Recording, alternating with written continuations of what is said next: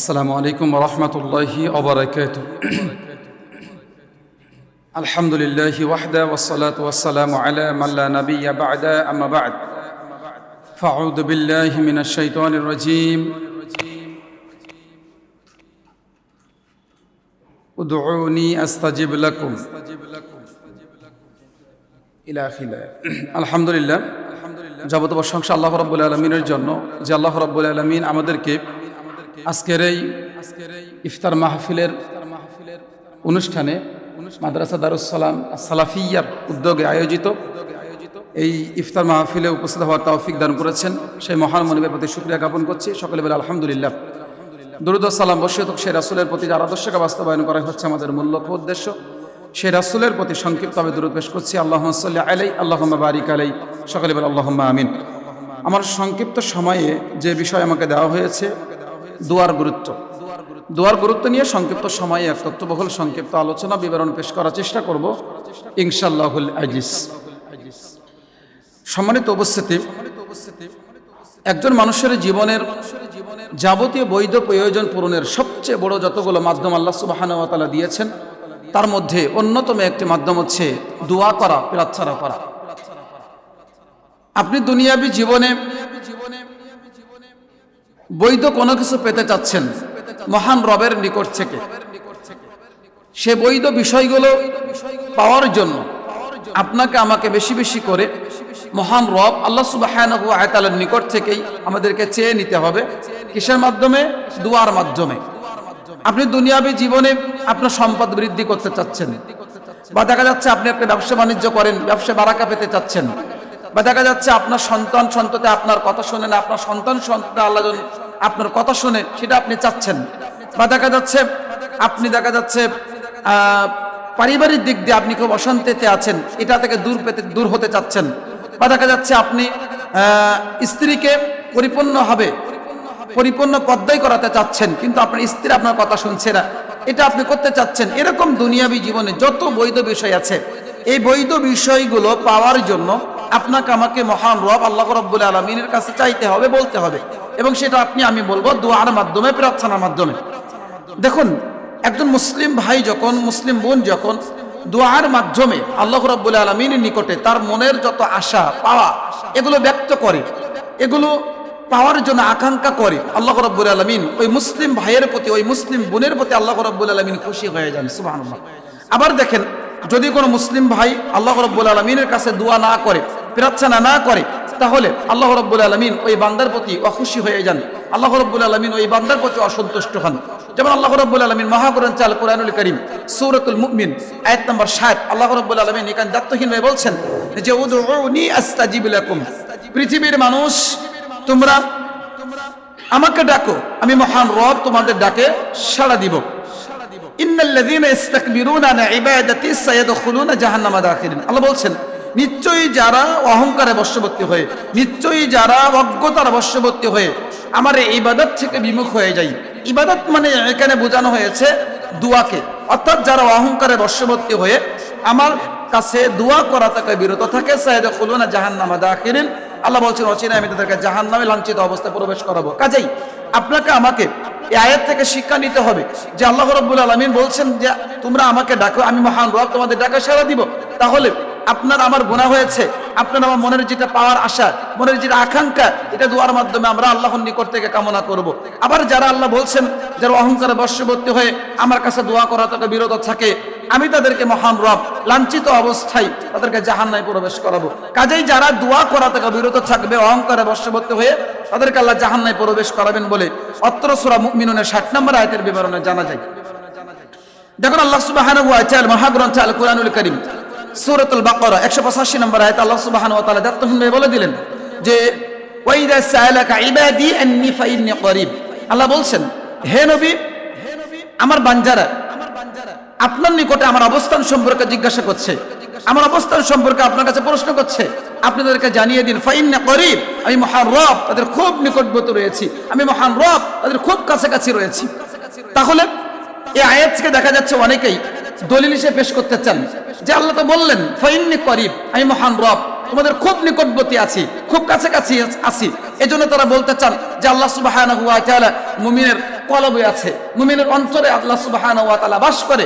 এরকম ভ্রান্ত আকীদায় বিশ্বাসী আমাদের ভিতরে এক ভাইরা দেখা যাচ্ছে আজকের বিরাজ করছে, অথচ আল্লাহ সুবহানাহু ওয়া তাআলার দায়িত্বহীন ঘোষণা কুরআনুল কারীম সূরাতুত তাহার 105 নম্বর আয়াত আল্লাহ বলছেন আর রহমানু আলাল আরশি ইস্তাওয়া, দয়াবান মহান আল্লাহ সুবহানাহু ওয়া তাআলা আরশের উপরে সমুন্নত আছেন, আরশের উপরে সমাসীন আছেন। কাজেই আপনাকে আমাকে সঠিক আকীদাকেই লালন করতে হবে, সঠিক আকীদার উপরেই বিশ্বাস করে আমাদের জীবন যাপনকে পরিচালনা করতে হবে, তাহলে ইহকালে সফলতা, পরকালে সফলতা। কিন্তু আপনি আমি যদি ভ্রান্ত আকীদায় বিশ্বাসী হয়ে যদি দুনিয়া থেকে বিদায় নেই, তাহলে আমাদের পরকালে কঠিন ক্ষতিগ্রস্তের মধ্যে অন্তর্ভুক্ত হতে হবে। এই জন্য যারা বিশ্বাস করছে, এই আকীদায় লালন করছে যে আল্লাহ রাব্বুল আলামিন হচ্ছেন মুমিনের কলবে আছে, আল্লাহ রাব্বুল আলামিন সর্বত্র বিরাজমান, এই আকীদা থেকে আমাদের বেরিয়ে আসতে হবে। এটা সম্পূর্ণ ভ্রান্ত আকীদা। বরং আল্লাহ সুবহানাহু ওয়া তাআলা আরশের উপরে সমাসীন থেকেই ওখান থেকে দুনিয়াবী জীবনের সব কিছু আল্লাহ রাব্বুল আলামিন কি করছেন? পরিচালনা করছেন। এই আকীদা, এই বিশ্বাস আমাদেরকে লালন করতে হবে। এরপরে আল্লাহ সুবহানাহু ওয়া তাআলা আয়াতের পরের অংশে বলছেন যে ওয়াইদা সাআলাকা ইবাদি আন্নী ফাইন্নী করিব উজিবু দা'ওয়াতাদ দাঈ ইযা দাআন।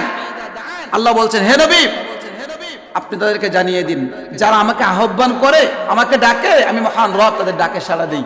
কাজেই যারা আমাকে ডাকে, আমি তাদের ডাকা সাড়া দিই, তাদেরকে আপনি জানিয়ে দিন তারা যেন আমার আদেশ সমূহ মেনে চলে, আমার প্রতি দৃঢ় বিশ্বাস স্থাপন করে। আল্লাহের শুনুন, তাহলে কি হবে? তাহলে তারা সুপথপ্রাপ্ত হতে পারবে। তাহলে সুপথপ্রাপ্ত হতে গেলে তিনটি কাজে লাগবে। এক নম্বর হচ্ছে আল্লাহ রাব্বুল আলামিনকে আপনাকে আমাকে ডাকতে হবে, আল্লাহ রাব্বুল আলামিনের কাছে সবকিছু আপনাকে আমাকে ব্যক্ত করতে হবে। দুই নম্বর, সফল কাম হতে গেলে অবশ্যই আপনাকে আমাকে আল্লাহর প্রতি দৃঢ় বিশ্বাস স্থাপন করতে হবে। তিন নম্বর, সফল কাম হতে গেলে অবশ্যই আপনাকে আমাকে আল্লাহর আদেশসমূহ মেনে চলতে হবে। দেখুন রাসূল সাল্লাল্লাহু আলাইহি ওয়াসাল্লাম সহিহ তিরমিজি 3372 নম্বর হাদিস, আবু দাউদ 1479 নম্বর হাদিসের বিবরণে জানা যায় রাসূল সাল্লাল্লাহু আলাইহি ওয়াসাল্লাম বলছেন যে আদ-দুআউ হুয়াল ইবাদাহ। রাসূল বলছেন দুআই হচ্ছে ইবাদত, দোয়া হচ্ছে কি? ইবাদত।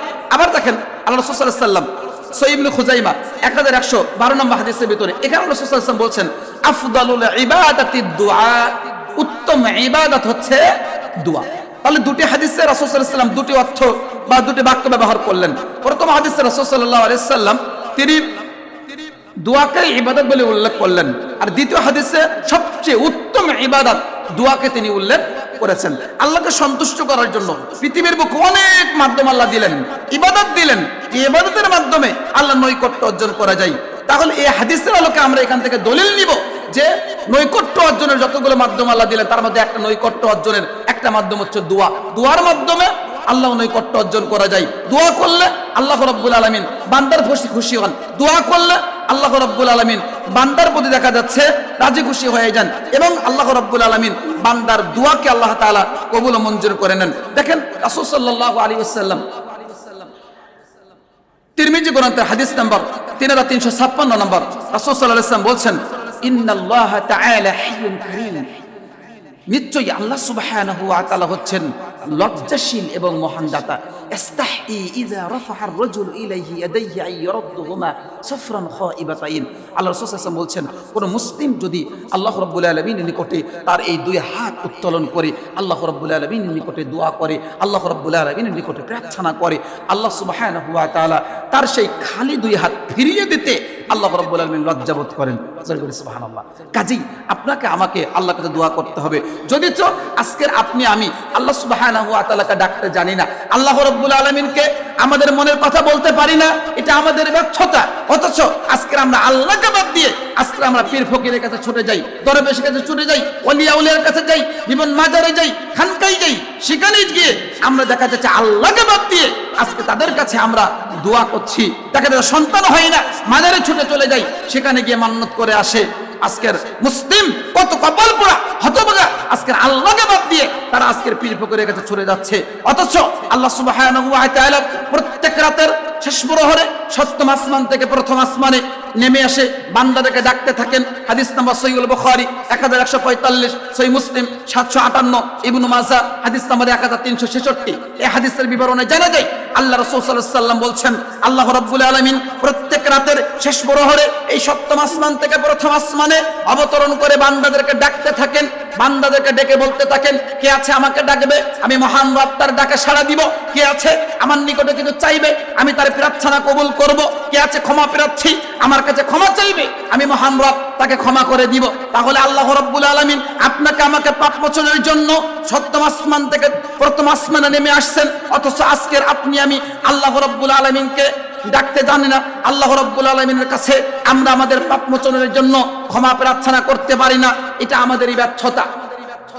সম্মানিত উপস্থিতি, দেখুন আবু সাঈদ খুদরি রাদিয়াল্লাহু তাআলা আনহু তে বর্ণিত, তিনি বলছেন রাসূল সাল্লাল্লাহু আলাইহি ওয়াসাল্লাম বলেছেন, কোন মুসলিম যদি আল্লাহ রাব্বুল আলামিনের কাছে দোয়া করে বা অন্য কোন মুমিন ভাইয়ের জন্য, মুসলিম ভাইয়ের জন্য আল্লাহ রাব্বুল আলামিনের নিকটে দোয়া প্রার্থনা করে, আল্লাহ রাব্বুল আলামিন ততক্ষণ পর্যন্ত ওই মুসলিম ভাইয়ের দোয়া কবুল করতে থাকবেন, ততক্ষণ পর্যন্ত ওই মুসলিম দ্বীনি ভাইয়ের দোয়া আল্লাহ কবুল করতে থাকবেন, যতক্ষণ পর্যন্ত না সে দুইটি কাজের জন্য দোয়া না করে।